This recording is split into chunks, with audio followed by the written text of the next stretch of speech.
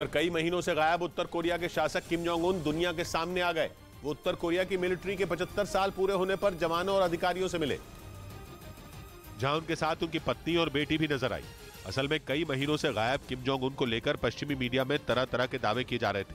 कहा तो ये तक जा रहा था कि किम जोंग उन किसी गंभीर बीमारी से जूझ रहे हैं और इसलिए वो ज्यादा से ज्यादा वक्त आराम करने में बिता रहे हैं। हालांकि मंगलवार की रात को हुए इस कार्यक्रम में हिस्सा लेकर उन्होंने सारे सवालों के जवाब दे दिए और अपनी मिलिट्री के 75 साल पूरे होने पर मनाए गए जश्न में भी शामिल हुए। इस दौरान किम जोंग उन ने अपनी फौज की तारीफ की और उसे दुनिया की सबसे मजबूत सेनाओं में एक बताया।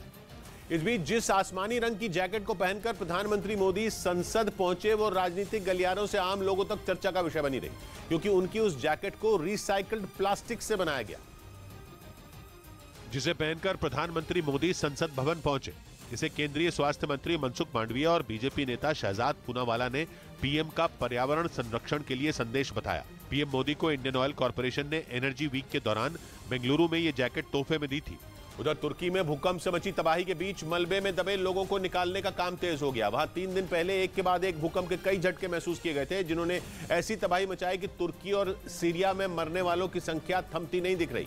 वहां भूकंप से जान गंवाने वालों की तादाद 11,000 के पार पहुंच चुकी है और अब भी कई जिंदगियों को बचाने की कोशिशें तेजी से जारी हैं, क्योंकि कुछ ही घंटों के अंदर महसूस किए गए कई झटकों ने आसमान छूती कई इमारतों को सेकंडों में मलबे में तब्दील कर दिया, जिसमें हजारों लोगों के अभी भी दबे होने की आशंका है।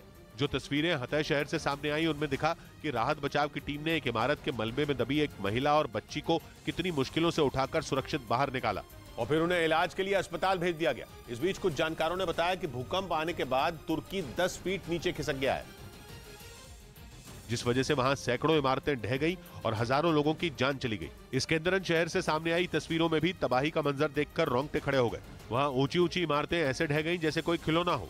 उन इमारतों के मलबे को देखकर यह अंदाजा ही नहीं लगाया जा सकता कि वो इलाका कभी कितना सुंदर रहा होगा। वहां रिहायशी इमारतों से लेकर कई अस्पताल भी भूकंप के झटके झेल नहीं पाए और धराशायी होकर गिर गए। लेकिन मलत्या जैसे शहरों में लोगों को रेस्क्यू करने में मुश्किलें दुगनी हो गई, क्योंकि वहां हो रही बर्फबारी के कारण लोगों को मलबे से निकालना किसी चुनौती जैसा हो गया।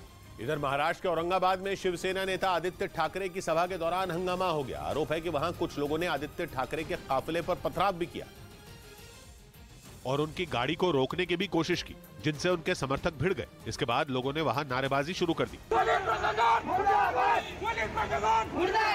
बताया गया कि जिस जगह उनकी सभा हुई वहां से एक रैली निकाली जा रही थी, जिसमें तेज आवाज में गाने बज रहे थे। इसी पर वहां हंगामा हो गया और भीड़ पर आदित्य ठाकरे के काफिले पर पथराव का आरोप लगा।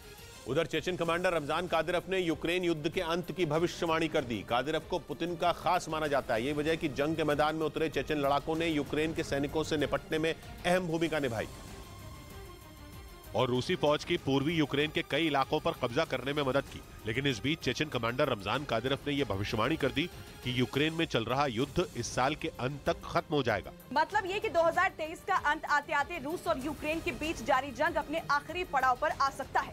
रमजान कादिरव के मुताबिक यूरोपीय देशों को जल्द ही अपनी गलतियों का एहसास हो जाएगा और वो अपने घुटनों पर बैठ जाएंगे। चेचन कमांडर ने यह भी कहा कि यूरोपीय देशों को रूस के साथ कंधे से कंधा मिलाकर हर हाल में चलना ही होगा। न्यूज़ 18 इंडिया की web series FIR number 208 streaming now.